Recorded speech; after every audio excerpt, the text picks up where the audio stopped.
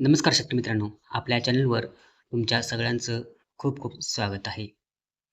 आजच्या व्हिडिओमध्ये आपण एका अत्यंत नफा मिळवून देणाऱ्या भाजीपाल्याबद्दल म्हणजेच अळूच्या शेतीबद्दल सविस्तर माहिती घेणार आहोत. महाराष्ट्रात अळूच्या पानांना वडी आणि भाजीसाठी वर्षभर खूप मोठी मागणी असते. योग्य नियोजन करून लागवड केली तर अगदी कमी खर्चात आणि कमी जागेत अळूच्या शेतीतून लाखो रुपयांचे उत्पन्न मिळवू शकतो. चला तर मग अजिबात वेळ न घालवता व्हिडिओला सुरुवात करूयात. अळूच्या लागवडीसाठी सर्वात आधी हवामान आणि जमिनीची निवड महत्त्वाची असते.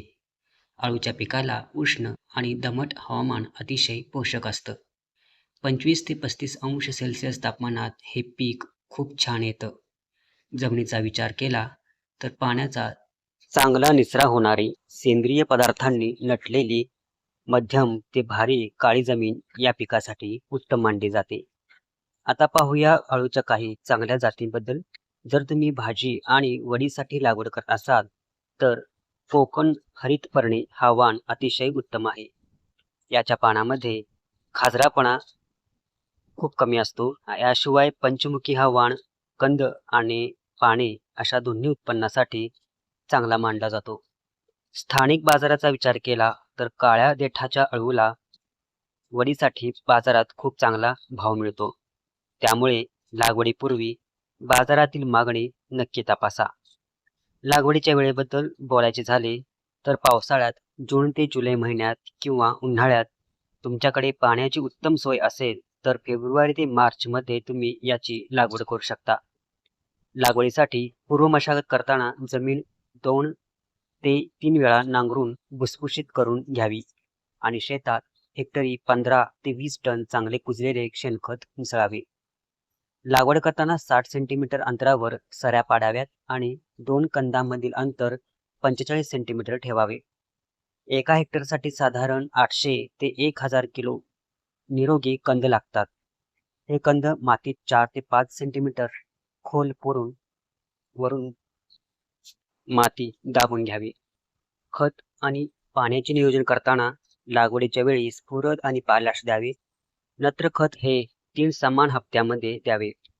एक लागवडीच्या वेळी, दुसरे 30 दिवसांनी आणि तिसरे 60 दिवसांनी.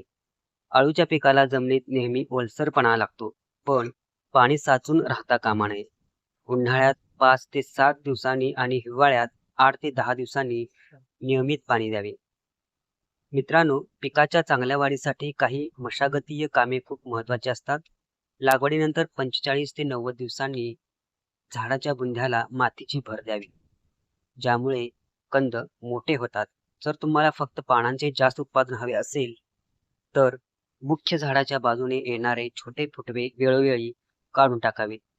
कीड आणि रोगांचा विचार केला तर पावसाळ्यात पानांवर करपा किंवा ठिपके पडण्याची शक्यता असते. यासाठी आपण वेगवेगळ्या औषधांची योग्य कृषीतज्ञांच्या सल्ल्याने औषधांची फवारणी करावी. पानांवर अळीचा प्रादुर्भाव झाल्यास प्रादुर्भाव झालेली पाने किंवा अळ्या काढून नष्ट कराव्यात किंवा तज्ज्ञांच्या सल्ल्याने कीटकनाशकांची फवारणी करावी. आता वळूयात सर्वात महत्त्वाच्या टप्प्याकडे, तो म्हणजे काढणी आणि नफा. लागवडीनंतर साधारण 2 ते 2.5 महिन्यांनी पाने काढण्यास तयार होतात. देठ 2 ते 3 इंच ठेवून धारदार विळ्याने पाने काढावीत. दर 8 ते 10 दिवसांच्या अंतराने तुम्ही पानांची कापणी करू शकता. 6 ते 8 महिन्यानंतर जेव्हा पानांचे उत्पादन कमी होते तेव्हा झाडाचे कंद खोदून काढावेत. उत्पादनाचा विचार केला तर एका हेक्टरमधून सुमारे 200 ते 250 क्विंटल हिरवी पाने आणि 150 ते 200 क्विंटल कंद मिळतात. तर एकराच्या हिशोबाने पाहिले तर 40 ते 50 हजार रुपये खर्च करून सर्व खर्च वजा जाता तुम्ही एकरातून 1,20,000 ते 1,50,000 रुपयापर्यंतचा नफा सहज मिळवू शकता. तर मित्रांनो, ही होती अळूच्या सविस्तर शेतीची संपूर्ण माहिती. हा व्हिडिओ तुम्हाला कसा वाटला एक खाली कमेंट करून नक्की सांगा.